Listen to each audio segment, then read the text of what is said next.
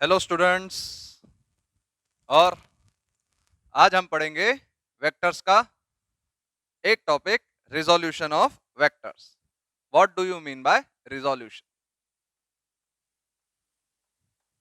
पहले का सब कुछ समझ में आ गया होगा, I hope so. Resolution of vectors, ठीक है। What do you mean by resolution? तो इसका जो सबसे मेन पॉइंट है वो ये है कि कोई भी वेक्टर को किसी के रिस्पेक्ट में रिजोल्व करना। मैंने क्या बोला? कोई भी वेक्टर को किसी भी वेक्टर के रिस्पेक्ट में रिजॉल्व करना, ठीक है। ये जरूरी नहीं है कि वो वेक्टर्स आपस में परपेंडिकुलर ही हो, कुछ भी हो, any vector.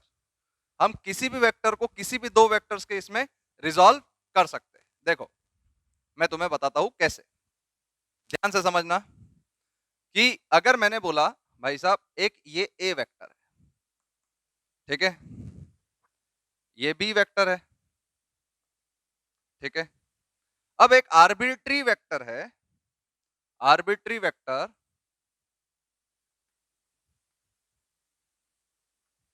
Vector A vector, ठीक है, which is lying in the same plane as a vector and b vector. So can we resolve a vector into small a vector and small b vector? Yes or wrong? बोलो yes. तो how we will resolve? तो देखो, अगर मैंने एक vector को समझा ए vector, तो मान लो इन दोनों का एडिशन ए वेक्टर हो, ऐसा जरूरी है क्या? नहीं। तो हम क्या करते, ए वेक्टर को एक ऐसा वेक्टर बनाते पैरेलल टू दिस, एंड एक रियल नंबर उसको मल्टीप्लाई कर देते, एक रियल नंबर उसको मल्टीप्लाई कर देते, and we assume this vector, और एक और वेक्टर हम इसके पैरेलल बनाते और अब अज्यूम कर देते कि ये लैम्बडा बी वेक्टर है। देखो, ये वेक्टर और ये वेक्टर दोनों आपस में पैरेलल है, बट दोनों का मैग्नीट्यूड डिफरेंट है। मैग्नीट्यूड डिफरेंट क्यों है? क्योंकि यहाँ पे लैम्बडा का टर्म उसको डिफरेंट कर रहा है, सही है। तो हमने क्या किया, a vector is resolved into lambda a vector plus mu b vector, where a vector will lie in the same plane as a vector and b vector. Sir इसका डायग्राम कैसे बनेगा? देखो, इसका डायग्राम हम कैसे बनाएंगे? हमने a वेक्टर को पैरेलली शिफ्ट किया। अगर हमने a वेक्टर को पैरेलली शिफ्ट किया ऐसे, ये a वेक्टर, ये लैम्बडा a वेक्टर, ठीक है। फिर हमने बी वेक्टर को पैरेलली शिफ्ट किया, बोलो म्यू बी वेक्टर, बोलो सही है। यहां तक मेरी बात समझ में आई? ठीक है। तो ये वेक्टर का जो रिजल्टेंट होता है वो ये होता है, this is called a vector. या तो आप इस वेक्टर को पैरेलली इधर शिफ्ट कर दो, इस वेक्टर को आप पैरेलली इधर शिफ्ट कर दो, mu B vector is equal to lambda A vector plus mu B vector. बोलो सबको समझ में आया कि how vectors are resolved in any two vectors और थ्री वेक्टर्स? आप किसी भी एक वेक्टर को किसी भी नंबर ऑफ वेक्टर्स में रिजॉल्व कर सकते हैं अकॉर्डिंग टू द कंपोनेंट्स। अगर यहाँ पे दो वेक्टर में रिजॉल्व करना है तो हमने दो वेरिएबल्स को मल्टीप्लाई किया हुआ है। अगर तीन वेक्टर्स में रिजॉल्व करना होता तो क्या हम तीन में मल्टीप्लाई करते? सबको मेरी बात समझ में आ रही है? बोलो करेक्ट है? तो ये लिख लो। अब मैं तुम्हें एक एग्जांपल के थ्रू इसको समझाता हूं कि how vectors can be resolve. लिख लिया? अब देखो,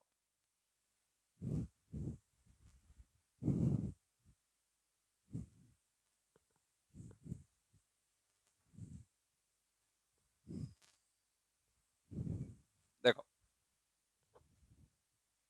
अगर मैंने बोला A vector is 2i cap plus 3j cap, बोला, and b vector is 3i cap minus 4j cap plus 5k cap. इसको नहीं लिखते, अभी दो ही वेक्टर्स में बात करते हैं, ठीक है। अगर मैंने बोला I have a vector and इसको मैंने बोल दिया 10i cap plus 3j cap, ठीक है। Now I want to resolve this a vector into this vector and this vector. Now I want to resolve this a vector into this vector and this vector. So how can I resolve? I can write it as a vector is equal to lambda a vector plus mu b vector, where lambda and mu are real numbers. Lambda and mu are real numbers. सही है, यहां तक मेरी बात समझ में आई। अब अगर तुम देखोगे तो मैंने क्या किया, 10i cap plus 3j cap is equal to, lambda को क्या लिखूंगा मैं, लेमड़ा हमारा नंबर है, और 2i cap plus 3j cap, सही है, प्लस म्यू क्या लिखूंगा, 3i cap minus 4j cap, सही है। अब हम क्या करेंगे, 10i cap plus 3j cap, हम इसको अब स्प्लिट कर देंगे, तो ये स्प्लिट होके क्या आया, 2 lambda plus 3 mu i cap plus 3 lambda minus 4 mu j cap. बोलो सही है गलत, बोलो सही है।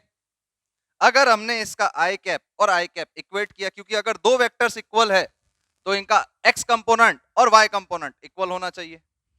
अगर कोई भी दो वेक्टर्स है तो इनका एक्स कंपोनेंट और वाई कंपोनेंट इक्वल होना चाहिए।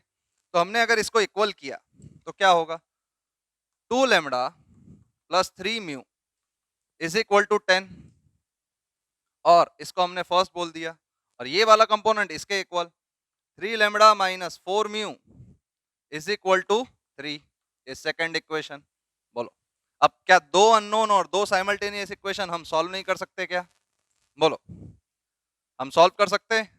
देखो अब सॉल्व करके क्या पता चला कि सर इसको और इसको मल्टीप्लाई करो, देखो 1 इंटू 4 प्लस 2 इंटू 3 किया मैंने, तो ये क्या होगा, 1 इंटू 4 8 लेमड़ा प्लस 12 म्यू, इसको 9 lambda minus 12 mu is equal to 40 plus 9, 49, सही है। यहां तक समझ में आया, ये और ये कैंसिल हो गया, तो हम सीधा बोल सकते लेमड़ा इज इक्वल टू 49/17। क्या लेमड़ा की वैल्यू आ गई 49/17, सही है। अब देखो म्यू की वैल्यू निकालेंगे तो 3 mu is equal to 10 minus 2 lambda is equal to 10 minus 98/17, तो 170 माइनस 98 72। बोलो तो can we write this as 72/17, बोलो सही है गलत। तो A vector can be resolved as, देखो लेमड़ा की value 49/17 A vector plus 72/17 B vector. देखो क्या ये वेक्टर रिजॉल्व हुआ दो वेक्टर्स में, मतलब हम ये बोल सकते ये टर्म को मल्टीप्लाई करना पड़ेगा अलोंग ए वेक्टर और ये टर्म को मल्टीप्लाई करेगा अलोंग बी वेक्टर, तो can A vector is splitted in two vectors. बोलो सही है गलत। This is how we resolve vectors in two different vectors और two different direction lying in the same plane, सही है गलत। अब ऐसा जरूरी नहीं है कि ये दोनों वेक्टर्स परपेंडिकुलर हो, आप किसी भी एक वेक्टर को दो वेक्टर या तीन वेक्टर में रिजॉल्व कर सकते।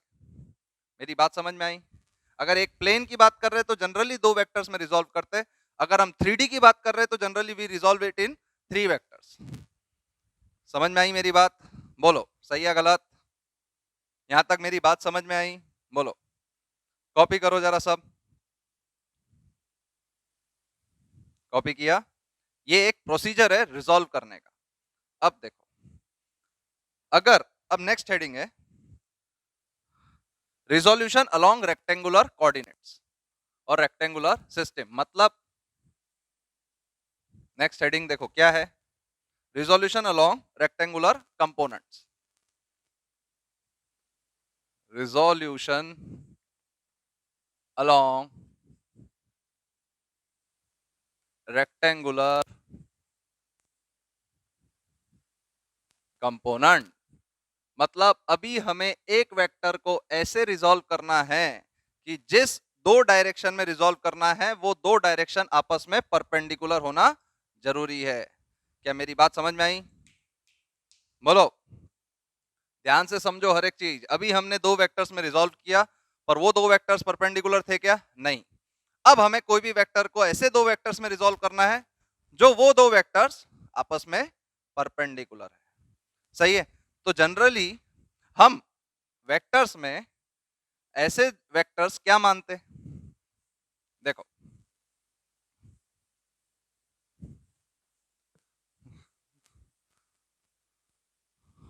ये टॉपिक बहुत आसान है, थोड़ा ध्यान से सुनना। जैसे हम जनरली ये मानते हैं, एक्स एक्सिस, वाई एक्सिस, देखो एक्स वाई एक प्लेन हुआ, ये जेड एक्सिस। अगर हमें 3D में करना है तो हम एक्स वाई जेड मानते। अगर हमें किसी भी एक प्लेन में रिजॉल्व करना है तो ये वाई जेड एक प्लेन है, एक्स वाई एक प्लेन है, एक्स जेड एक प्लेन है। समझ में आया? सबको समझ में आया? अब देखो, हम एक्स एक्सिस के अलोंग ऐसा कौन सा वेक्टर अज्यूम करें जिसके अकॉर्डिंग हमें रिजॉल्व करना है? तो हम क्या करते हैं, एक यूनिट वेक्टर लेते हैं। मैंने पिछले क्लास में बताया था कि किसी भी वेक्टर को आपको डायरेक्शन देना है अलोंग एक्स एक्सिस तो हम क्या आई कैप कंसीडर कर ले? तो अगर एक्स एक्सिस के अलोंग हमें कंसीडर करना है तो क्या हम आई कैप मान सकते? This is one vector. सही है? इसको कंसीडर करना है तो क्या हम जे कैप मान ले वाई एक्सिस के अलोंग, और जेड एक्सिस के अलोंग हम क्या के कैप मान ले?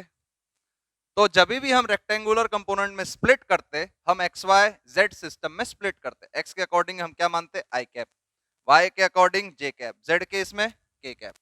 क्या यहां तक मेरी बात समझ में आई सबको? ठीक है। अब देखो मैं रिजॉल्व करके दिखाता ट्रायंगल का यूज करके। ठीक है? क्योंकि जनरली क्या होता है, बच्चों को इसमें बहुत डिफिकल्टी होती है। क्यों? क्योंकि उनको यही नहीं समझ में आ रहा कि हम बेसिकली टेंथ का ही यूज कर रहे हैं, कॉस थीटा साइन थीटा।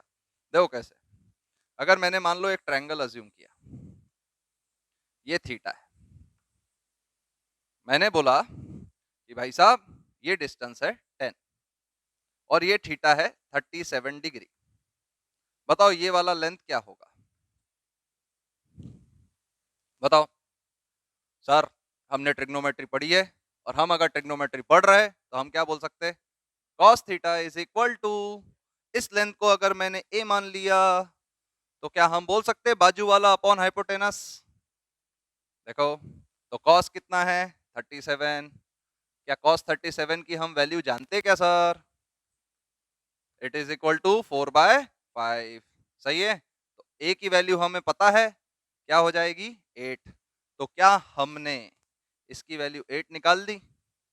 अगर हम वेरिएबल्स में बात करें, अगर मैंने इसको r कंसिडर किया तो basically a is equal to r cos theta.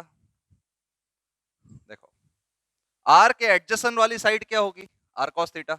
r के एडजेसेंट वाली साइड क्या होगी? r cos theta. बोलो सही है गलत? बोलो सही है गलत? सबको समझ में आया? अब इधर देखो सर, हम ये वाली भी तो साइड निकाल सकते हैं, बी वाली। अगर हमने बी वाली साइड निकाली तो सर हमें साइन थीटा भी तो पता है, हमें साइन थीटा भी तो पता है। साइन थीटा क्या होता है सर? सामने वाला अपॉन हाइपोटेनस। तो साइन 37 की वैल्यू क्या होती है? बोलो, 3/5। तो बी की वैल्यू क्या आई? 6। तो हम सीधा बोल सकते हैं इसकी वैल्यू 6 आ गई। तो तुम खुद देखो हाइपोटेनस का लेके, 6 square plus 8 square equal to 100, 100 का स्क्वायर रूट 10। तो देखो 10 can be splitted in two components, और वो दोनों कंपोनेंट के आपस में परपेंडिकुलर है। तो this is how resolution of vector, या तो resolution of vector in two different components which are perpendicular to each other. क्या मेरी बात समझ में आई? अगर हम इसको आर्बिट्री में लिखे तो बी क्या हो जाएगा? Sir r sine theta. क्या हो जाएगा, आर साइन थीटा। बोलो बी क्या हो जाएगा, आर साइन थीटा। सबको समझ में आया? बोलो सही है गलत? सबको समझ में आया ना? ठीक है, अब देखो, अब हम सीखेंगे। चलो एक एग्जांपल बता दो मेरे को फटाफट, फिर तुमको और ट्रायंगल का समझ में आएगा। सर ये दिया हुआ है, क्या देंगे क्या देंगे क्या देंगे क्या देंगे, फटाफट फटाफट फटाफट क्या दो, ये दे दिया 13, ये कॉस थीटा। ठीक है, यहां तक बात समझ में आई? अगर मैंने बोला tan theta is equal to, tan theta मैंने बोल दिया 12/5 है, बोल दिया। सर टेन थीटा अगर 12/5 है तो हमने सीखा था साइन थीटा क्या होगा, 12/13, और कॉस थीटा क्या होगा, क्या होगा कॉस थीटा सर, 5/13। ये सब तुम जो भी करते थे ना, ये बेसिकली रिजोल्यूशन ऑफ वेक्टर्स ही है, ये बेसिकली रिजोल्यूशन ऑफ वेक्टर्स ही है। तुम यहां पे अगर लिंक पे देखो कि अगर मैंने इसको बोला ये थीटा है, थीटा को अगर मैं बोल दूं, मान लो इसको मैंने 10 ले लिया, इसको मैंने 60 डिग्री ले लिया, तो ये साइड कितनी होगी बताना जरा, ये साइड कितनी होगी, बोलो। सर बाजू वाला ले लो ना, आपको क्या ही करना है, आप इसको ए मानो बाजू वाला, इसको बी मानो सामने वाला। मैं क्या करता, साइन थीटा को सामने वाले से कंसीडर करता और कॉस थीटा को बाजू वाले से, मेरे को बहुत आसान होता रटने में। तो अगर मुझे साइन थीटा निकालना है तो मैं क्या करूंगा, b/10, और साइन 60 डिग्री क्या होगा सर, √3/2। तो क्या मैं b को सीधा बोल सकता 5√3? ध्यान से देखोगे तो पता चलेगा 5√3 सही है गलत? और कॉस थीटा क्या होगा, बोलो कॉस थीटा क्या होगा सर, बाजू वाला अपॉन हाइपोटेनस। तो कॉस 60 की वैल्यू क्या होती है, कॉस 60 की वैल्यू 1/2। क्या होती है बेटा कॉस 60 की वैल्यू, 1/2। तो ए क्या आया, 5। बोलो यहां तक समझ में आया तुम सब लोगों को, बोलो सही है गलत? यहां तक समझ में आया? जल्दी जल्दी बोलो यार फटाफट। तो तुम देखो, this vector is splitted into two components, one is 5, another is 5√3। अगर तुम देखना चाहो इक्वल टू 10 ही होता है। सही है सर, ये ट्रिग्नोमेट्री आप हमें क्यों सिखा रहे रिजोल्यूशन ऑफ वेक्टर्स में? क्योंकि अब मैं वेक्टर्स इंट्रोड्यूस करने वाला हूं। ठीक है, अब मैं वेक्टर्स इंट्रोड्यूस करने वाला हूं। देखो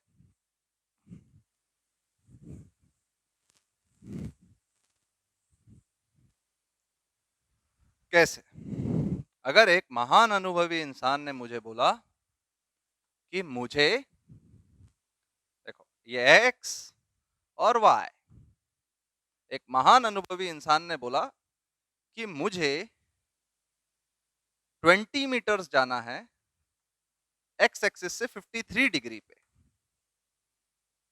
कितना मीटर्स जाना है, 20 मीटर जाना है एक्स एक्सिस से 53 डिग्री पे। तो सर मैं एक्स डायरेक्शन में कितना चला और वाई डायरेक्शन में कितना चला, दे आर द कंपोनेंट्स। अब मेरी बात समझ में आई? अगर मैं 20 मीटर इस डायरेक्शन में जा रहा हूं तो एक्स डायरेक्शन में कितना जा रहा हूं, मतलब इस डायरेक्शन में मैं कितना सरक रहा हूं, और इस डायरेक्शन में मैं कितना सरक रहा हूं। तो हम इसको प्रोजेक्शन भी बोल सकते हैं। तुम देखो अगर मैंने यहां से लाइट प्रोजेक्ट की, तुम देखोगे तो क्या एक्स डायरेक्शन में इतना ही हुआ, बोलो सही है? तो ये वाला कंपोनेंट एक्स डायरेक्शन का कंपोनेंट है, और एक्स डायरेक्शन को हम किससे रिप्रेजेंट करते सर, आई कैप से। अगर मैंने यहां से लाइट प्रोड्यूस की तो ये वाला कंपोनेंट किन सा, वाई एक्सिस। बोलो देखो वाई डायरेक्शन में मैं इतना जा रहा हूं। दिस इज हाउ कंपोनेंट्स और this is how vector is resolve. ठीक है, कि अगर मैंने यहां से गया तो इस डायरेक्शन में कितना गया, अगर मैं यहां से गया तो इस डायरेक्शन में कितना गया। क्या मेरा पॉइंट सबको समझ में आया? अब देखो, ये मेरा बताने का तरीका माइट भी डिफरेंट हो सकता है, पर तुम्हें समझ में एकदम तुरंत आएगा। यहां तक समझे? अब मैंने एक भी चीज और एक चीज कही थी कि वेक्टर्स कैन बी रिजॉल्व्ड और vectors can be shifted parallelly. बोलो, vector can be shifted parallelly. हम ये बोल सकते हैं अगर मैंने इसको ए वेक्टर अज्यूम किया तो ये वाला जो कंपोनेंट है क्या ए एक्स है, ये वाला कंपोनेंट क्या है ए वाई है। तो I can write A vector as A x i cap plus A y j cap. बोलो सही है या गलत? A vector as A x i cap और ए वाई जे कैप। बोलो सही है? I can resolve a vector in two different components along x axis and y axis and both are perpendicular to each other. बोलो, क्या heading पढ़ा? पढ़ा कि नहीं पढ़ा? सबको समझ में आया? अब हमने कैसे किया सर? बोलो, अगर मैंने इसको राइट एंगल ट्रायंगल अज्यूम किया तो क्या मैं ऐसा बोल सकता हूं कि सर cos थीटा, मैंने इसको थीटा बोल दिया, cos theta can be written as बाजू वाला अपॉन ए, इसका लेंथ ए मान लेते, magnitude, magnitude of A vector is A. बोलो सही है? तो ax को हम क्या कंसीडर कर सकते हैं sir? a cos theta. ax को हम क्या कंसीडर कर सकते हैं? a cos theta. अब सर ये भी ए वाई है तो ए भी ए वाई है। साइन थीटा को क्या कंसीडर करेंगे? सामने वाला अपॉन हाइपोटेनस।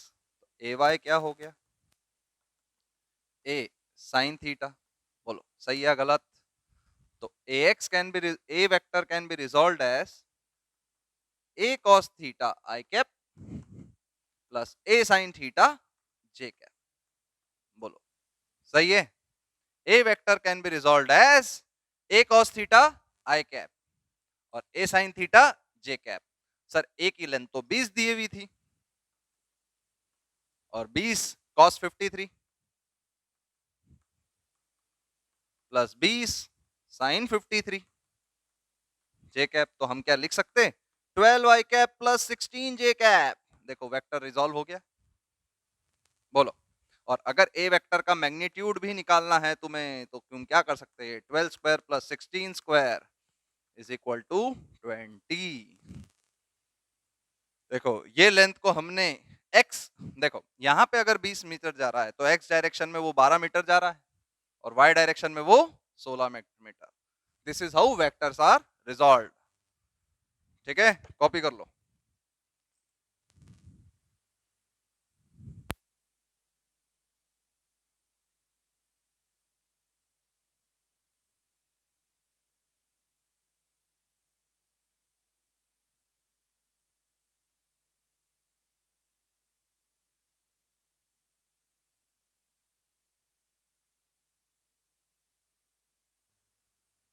कॉपी किया क्या सबने?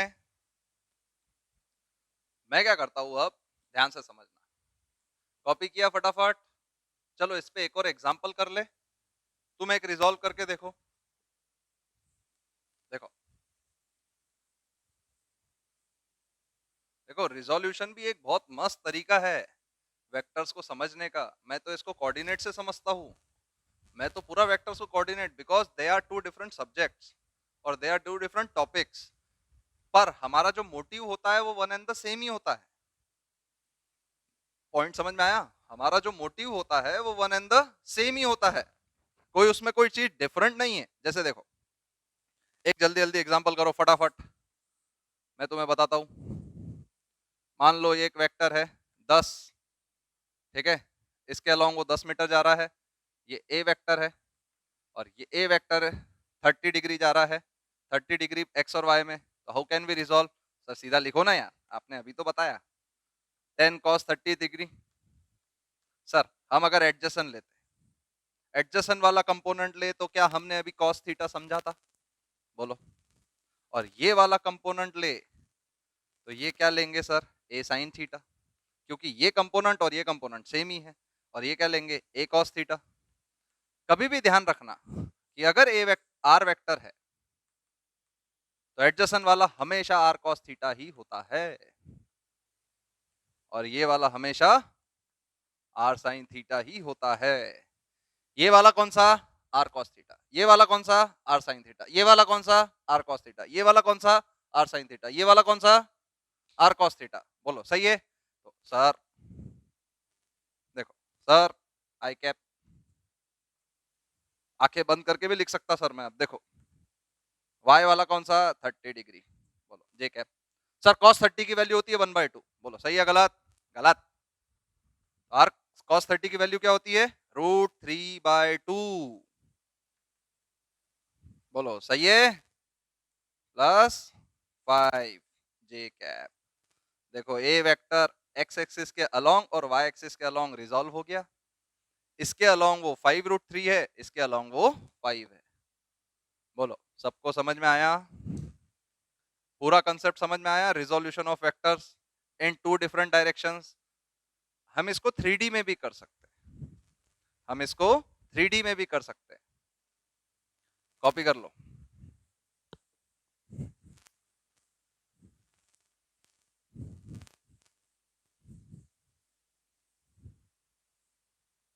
ठीक है,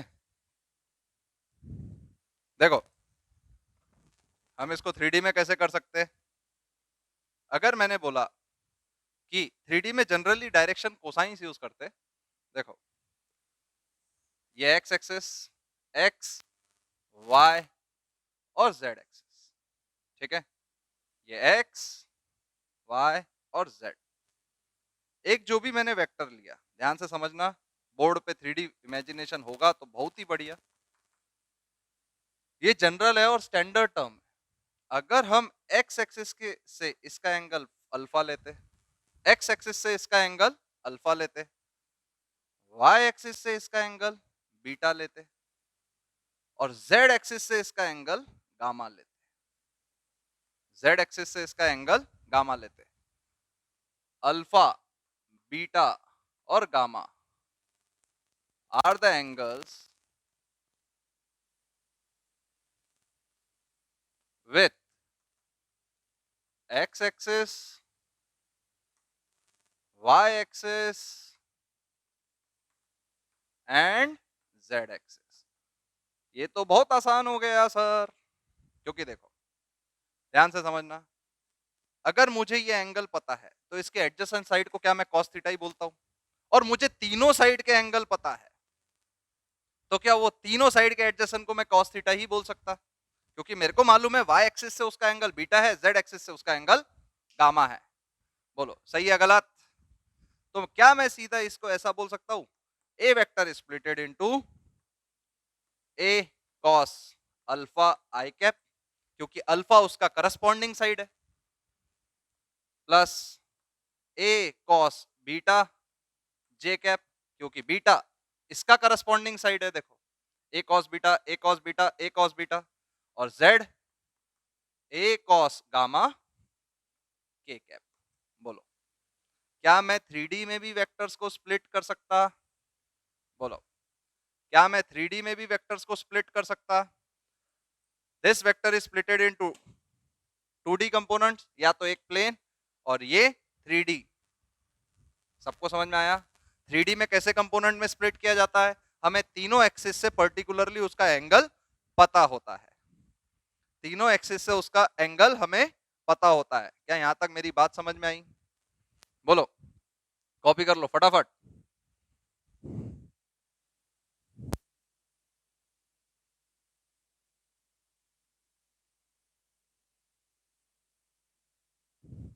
अब देखो हम थोड़ा सा कोऑर्डिनेट एक्सिस से डील करते कैसे, और कैसे हम चारों एक्सिस से डील करेंगे।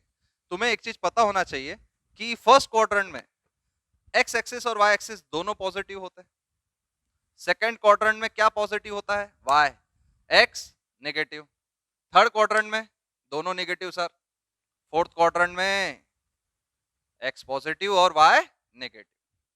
देखो मैं चार तुम्हें स्प्लिट करके दिखाता कंपोनेंट्स।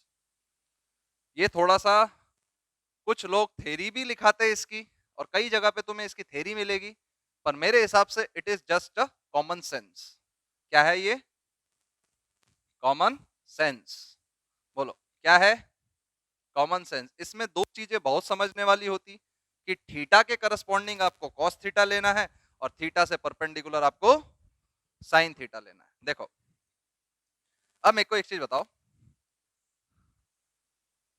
ये y, ये x, ये z, negative x negative y, ठीक है। यहां पे क्या दोनों पॉजिटिव रहते? यहां पे क्या ये नेगेटिव ये पॉजिटिव? यहां पे दोनों नेगेटिव, यहां पे पॉजिटिव और नेगेटिव, सही है। अगर मैं फर्स्ट क्वाड्रेंट में लू, मान लो एक वेक्टर बना रहा है 37 डिग्री, 10 मीटर इधर जा रहा है और ये 37 डिग्री, तो this A vector it splitted into x और वाई। कैसे? तो मैं क्या करता हूं सर, देखो ध्यान से समझो, आपको कुछ पता हो ना हो, मेरे को बहुत अच्छे से पता है, मौला बहुत खुशी की बात, ठीक है। देखो ए वेक्टर के करस्पॉन्डिंग, बोलो ए वेक्टर के करस्पॉन्डिंग ए कॉस 37 आई कैप, इससे परपेंडिकुलर, इससे परपेंडिकुलर, इसके करस्पॉन्डिंग ये दो कंपोनेंट्स होंगे, क्या दोनों पॉजिटिव है? इसके परपेंडिकुलर ए साइन 37, बोलो जे कैप, सही है गलत? ये 10 है तो 10 इंटू कॉस 37 8 आई कैप प्लस 6 जे कैप, बोलो सही है। सबसे बड़ी ऑब्जर्वेशन वाली बात क्या है? एक्स और वाई दोनों पॉजिटिव है। सबसे बड़ी ऑब्जर्वेशन वाली बात क्या है? एक्स और वाई दोनों पॉजिटिव है। यहां तक ध्यान आया? सर वाई डायरेक्शन में कैसे करेंगे? सॉरी सेकेंड क्वाड्रेंट में कैसे करेंगे? देखो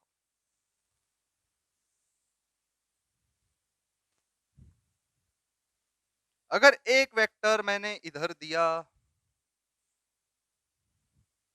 ठीक है 10, और ये भी मैंने 37 दे दिया, मान लो मेरी मर्जी, कहीं पे भी दे सकता मैं, कोई मेरे को कुछ बोल सकता क्या? बोलो कोई कुछ नहीं बोल सकता सर।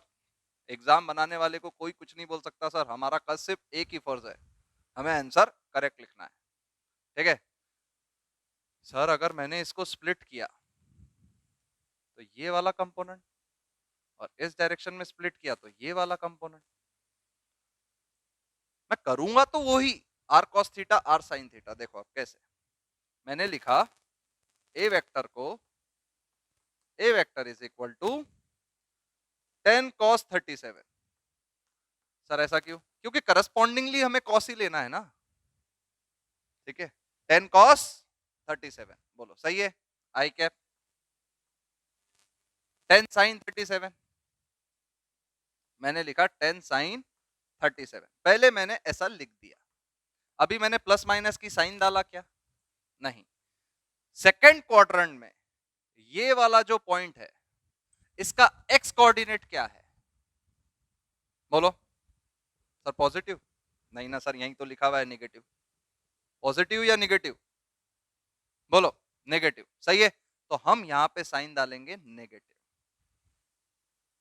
वाई डायरेक्शन में क्या है? बोलो वाई डायरेक्शन में क्या है?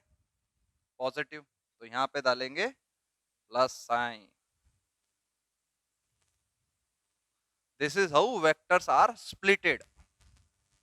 पहले आपको यह ध्यान रखना है वो वेक्टर कौन से क्वाड्रेंट में है, फिर आपको यह ध्यान रखना है वो क्वाड्रेंट में एक्स और वाई की क्या साइन है, उस अकॉर्डिंगली आपको साइन देना है।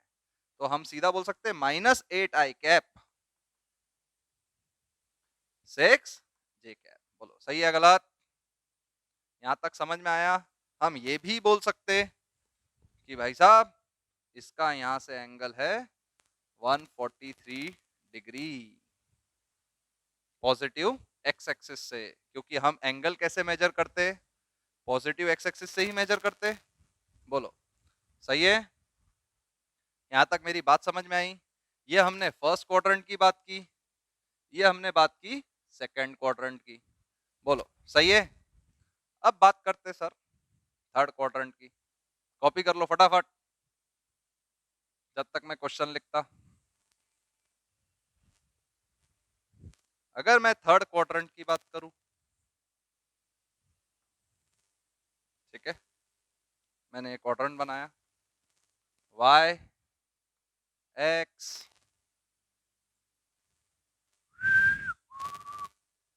ये a वेक्टर, ये 10 मीटर इधर जा रहा है, मान लेते 37 इधर ले लेते, क्योंकि कैसा है तुमको हर एक चीज में फंडे क्लियर ही कर दो, ठीक है। 37 अभी मैंने इधर ले लिया, तो इस डायरेक्शन में वो इधर जा रहा है, देखो इस डायरेक्शन में वो इधर, इस डायरेक्शन में वो इधर। वेक्टर कौन से क्वाड्रेंट में है, बोलो वेक्टर कौन से क्वाड्रेंट में है, थर्ड क्वाड्रेंट में है। Vector is lying in third quadrant, पहला पॉइंट। दूसरा पॉइंट, थर्ड क्वाड्रेंट में एक्स एक्सिस की साइन क्या है, वाई, और वाई एक्सिस की, सर दोनों निगेटिव दिखी तो है, बोलो सही है। क्या दोनों निगेटिव दिख रही है, बोलो सही है गलत। अगर दोनों निगेटिव दिख रही है, देखो ओ, क्या हम ए वेक्टर को, अब साइन थीटा किसके सॉरी थीटा किसके करस्पॉन्डिंग है, यहाँ पे इसको कॉस लेना पड़ेगा और इसको साइन, तो हम क्या करेंगे, ए साइन 37 डिग्री आई कैप और ए कॉस 37 डिग्री जे कैप, बोलो सही है गलत, सही है। पहले तो हमने ऐसा लिख दिया, ये वाला क्या होगा, ए कॉस 37 और ये क्या होगा, ए साइन 37, क्योंकि थीटा के करस्पॉन्डिंग हम कॉस लेते, बोलो थीटा के करस्पॉन्डिंग हम कॉस लेते, सही है गलत, क्या लेते हम, थीटा के करस्पॉन्डिंग कॉस। सर ये तो दोनों ही निगेटिव है, ऐसे डालते नेगेटिव साइन, समझ में आया, ऐसे डालते नेगेटिव साइन, तो ये क्या है, -10 साइन 37 आई कैप -10 कॉस 37 जे कैप, बोलो सही है। तो यहाँ क्या हो जाएगा, ध्यान से समझोगे तो -6 आई कैप -8 जे कैप, तो ये दोनों की नेगेटिव साइन देखते से ही तुम सीधा बता सकते vector is lying in third quadrant, बोलो ये दोनों की साइन देखते से ही तुम बता सकते vector is lying in third quadrant, बोलो सही है गलत, बोलो सही है, ध्यान से समझो, समझ गया सर। अब देखो, अब चौथे क्वाड्रेंट की, या तो इसका ऐसे भी एंगल देख सकते, तुमको एक चीज पता है कि अगर मैंने एंगल पॉजिटिव एक्स एक्सिस से देखा तो ये वेक्टर का एंगल क्या होगा, 180 प्लस 53, मतलब हम बोल सकते हैं theta is equal to 233 degree, और अगर नेगेटिव एक्स एक्सिस से लेना है तो theta is equal to -127 degree. Minus sign क्या इंडिकेट करती है, it is measuring in clockwise direction, और positive sign anti clockwise direction, बोलो यहां तक समझ में आ रहा है, सबको समझ में आया हर एक कंसेप्ट, देखो बोलो सबको समझ में आया हर एक कंसेप्ट। अब देखो चौथे क्वाड्रेंट की बात करी जाए तो,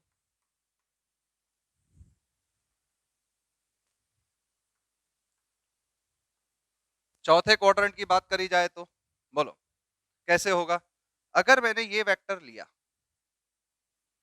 और ये एंगल बोल दिया 60 डिग्री, ये 10 मीटर, ये ए वेक्टर, बताओ यहां पे कौन सा वाला कंपोनेंट पॉजिटिव होगा, एक्स और वाई, चौथे वाले वेक्टर में कौन सा वाला component positive, sir x direction, x x x दिख रहा नहीं क्या आपको सर, सही है, तो ये वाला कंपोनेंट पॉजिटिव, तो हम सीधा बोल सकते ये, और हम सीधा बोल सकते ये, बोलो सही है, सही है ना, तो हम सीधा बोल सकते सर थीटा के करस्पॉन्डिंग हम ए कॉस थीटा लेते और इसके करस्पॉन्डिंग ए साइन थीटा लेते, तो बेसिकली ये वाला क्या है 10 sin 60 और ये वाला क्या है 10 cos 60।